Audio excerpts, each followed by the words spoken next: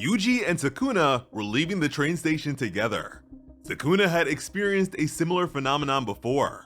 Connecting with the sorcerer like this in the midst of a fight was rare.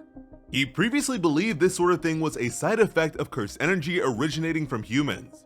However, the King of Curses could tell that this was a bit different. He wondered if this was Yuji's domain.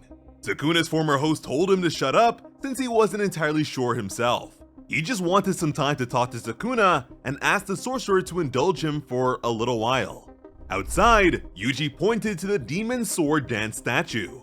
When Sukuna said he wasn't familiar, Yuji told him that only locals really know about it. Now, this location is actually a real place. This is Kitakami Station. The city of Kitakami is actually Gege's hometown. So I'm sure everything Yuji shows Sukuna actually holds a lot of sentimental significance to the author. The statue commemorates the local tradition of Oni Kembai. For over 1,300 years, dancers have worn demon-like masks that represent a reincarnation of the Buddha. Speaking of which, there are many Buddhist hand signs, or mudras, in Jujutsu Kaisen. Yuji activated his domain expansion by using the Shitigarba mudra. And I know the pronunciation police are watching, but please let me slide, I am trying my best. Shitigarba was a bodhisattva, someone on the path towards Buddhahood or awakening. And awakening is exactly what Yuji managed to do thanks to his streak of black flashes. His full name is Shitigarba Bodhisattva of the Great Vow, and we all know how significant binding vows can be. Yuji even made his first one as a means of freeing Megami from his purgatory. Gojo's mudra was from Yama, the king of hell. Meanwhile, Shitigarba vowed not to achieve Buddhahood until all hells are emptied. In Buddhist cosmology, purgatory and hell are the same thing. As they continued to roam, Yuji explained that he lived in Kitakami until he was about 6 or 7. Then he moved to Sendai in the Miyagi prefecture where he was born because of his grandpa's job. He returned for the first time in 10 years for the funeral of his grandfather's friend. And it's thanks to that memory and its juxtaposition to the past that we now have this elaborate experience. Although it wasn't totally a ghost town, Yuji was surprised by how empty it felt. But on second thought, he wasn't sure he was actually surprised in the first place. Honestly, a part of him expected it. He was unfazed. Something about that seemed to be relatable to Sukuna on some level. As they moved through an underpass, Yuji wondered if that guy would have gone to his grandpa's funeral if he had died first. Yuji took his demented twin to the park he frequented as a kid. There was practically no play equipment left, but he wasn't too bothered by it since he once thought it was all over after he stubbed his toe on the swing set. He sipped water from the fountain while Sukuna went onto a platform that could easily be mistaken for a shrine or even a prison. Yuji mentioned how he once used the fountain to rinse off some slime that he dropped in the sandbox. After it went down the drain, he cried his eyes out. Symbolically, he tried to help or fix something he cared about, but failed and lost it forever. Then he pointed to some flowers and called them morning glories. Sukuna called him stupid since it was actually a hydrangea. Yuji claimed to know better and chalked it up to being a careless mistake. In Japanese culture, morning glories can symbolize the transient nature of life. They serve as a reminder of the impermanence of all things, which is a sentiment that is echoed throughout their tour. Hydrangeas, meanwhile, have different meanings depending on the color of the flower. Green is related to harshness and remorse. White represents elegance, purity, abundance, and boasting. Purple symbolizes a desire to understand others and an abundance of wealth. Any of these may be likened to Sukuna, and for all we know, there may be several colors present. There were quite a lot of them. Yuji hadn't really noticed them until after he moved away, which points to the ability to find a new appreciation for things that were once overlooked or disregarded. He wondered who might be in charge of deciding the foliage for each town. And to answer that question, generally speaking, that task would usually belong to the city government. Yuji was surprised that Sukuna knew anything about flowers, but the king clarified that he only knows about them thanks to Megami's memories. To that, we know how much Megami's sister Sumiki meant to him, and in the past, when he thought of her, she was accompanied by flowers. Yuji accepted that, but wondered if Sukuna already knew all about this place since they used to share a body. Sukuna replied that he didn't waste his time parsing through every insignificant moment of Yuji's life. This didn't seem to totally convince his former host. Yuji took Sukuna to a park that was far from his home. Here, they could catch crayfish. Yuji prepared their tools and offered one to Sukuna. He wondered if history's strongest sorcerer couldn't catch some crayfish. Sukuna snatched it while telling the brat to shut up. Now, as far as we can tell, there is nothing compelling Sukuna to oblige. He's humoring this of his own volition. It could be said that some part of him wants to understand. An unfamiliar sensation that is owed to how long his soul was in proximity with Yuji's. His greatest unresolved frustration throughout this entire conflict has been the ideals of his adversaries, and his sudden acknowledgement of their existence. They managed to catch some. Yuji pointed out how tiny Sukuna's was. The king reeled in an American crayfish. Meanwhile, Yuji's Japanese crayfish was a lot rarer. For a moment, this seemed to reignite the tension between the sorcerers. American crayfish are almost as popular with Japanese children as stag beetles. They're an invasive species that were introduced to the environment in the 1920s. Thanks to them, Japanese crayfish have been considered a vulnerable species for over 20 years. Next, they passed by a department store that opened up when Yuji was 5. It's the reason all of the mom and pop shops disappeared.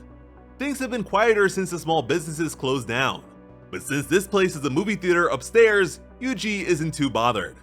Although things change and there are things we'll miss, there's always a silver lining or something else to be happy about. They took to a bridge, and Yuji promised that although it's a great place, there's a lot more green once you leave town a bit. Sometimes, all it takes is a change in perspective. But it wasn't like Sukuna was anticipating anything. Yuji took him to some rice fields. He used to catch so many grasshoppers here that the cage was often close to breaking.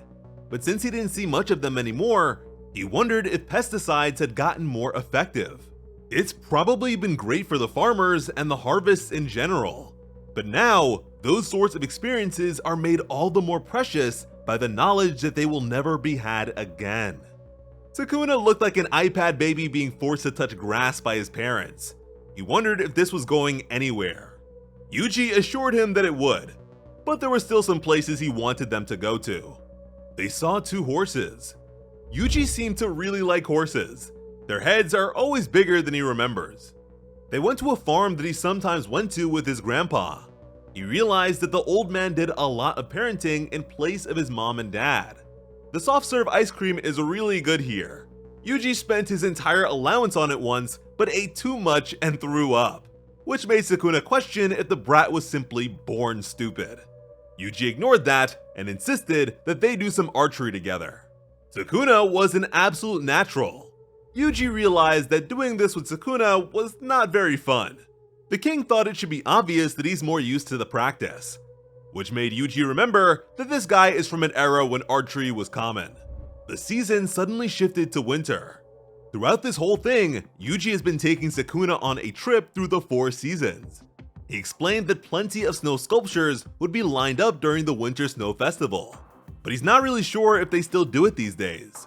They have the same thing in Sendai, but it doesn't really snow there. To Yuji, it doesn't really feel like winter unless the snow really piles up. He used to always drink sweet milk tea after his hands went numb from shoveling snow. Meanwhile, his grandpa drank his black coffee and muttered about Yuji's choice of beverage. And somehow, it feels like Gege lifted this whole scene from my own childhood memories. If there are any moments like that for you, let us know in the comments. When it got closer to Christmas, Yuji could hear bells at night. This made him believe that Santa Claus really exists, which makes me wonder if Saint Nick is actually an ancient sorcerer. But years later, Yuji realized that the sound was just the snow chains on car tires. At this point, Sukuna was at his limit. He was done playing around. Yuji didn't mind since he managed to show the guy everything he wanted to. Sukuna was repulsed by all his rambling and wanted Yuji to be direct. Yuji began looking down as dragonflies danced. He thought of his dead loved ones. He used to think that he could just dedicate his life to fulfilling his role as he understands it.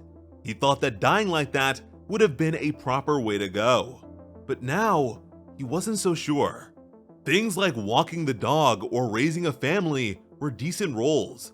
And since Nobara is included in this deceased lineup, any hope for her survival should be taken to the grave too.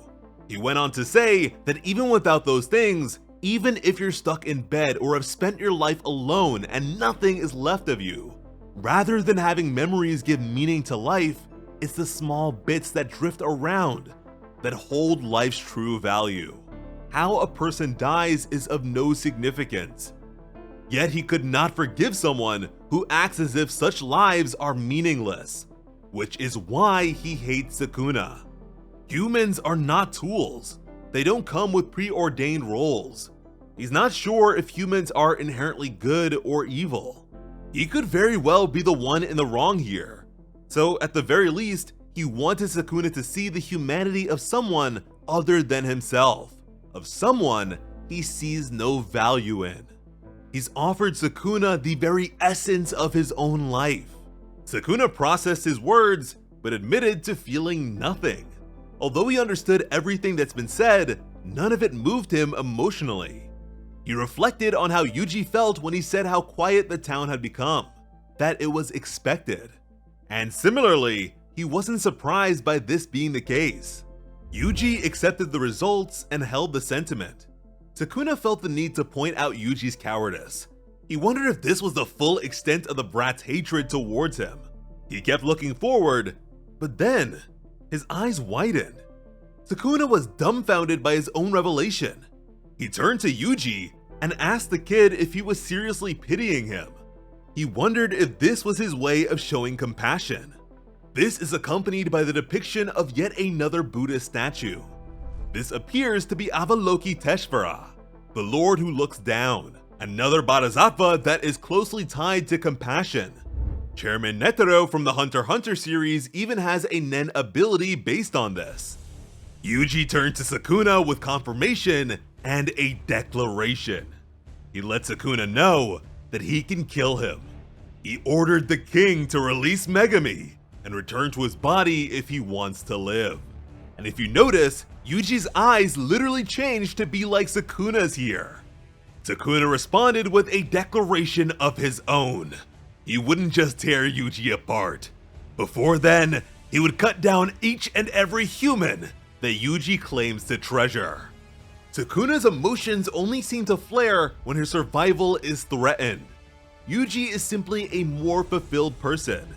Through tremendous suffering and loss, he has approached some manner of enlightenment and rediscovered a sense of purpose. Yet for all his strength, Sukuna fails to do the same. If Yuji can beat him in combat, what will Sukuna even be? This might just be my favorite form of Talk no Jutsu. Very rarely are shonen main characters humanized to this extent, especially late game.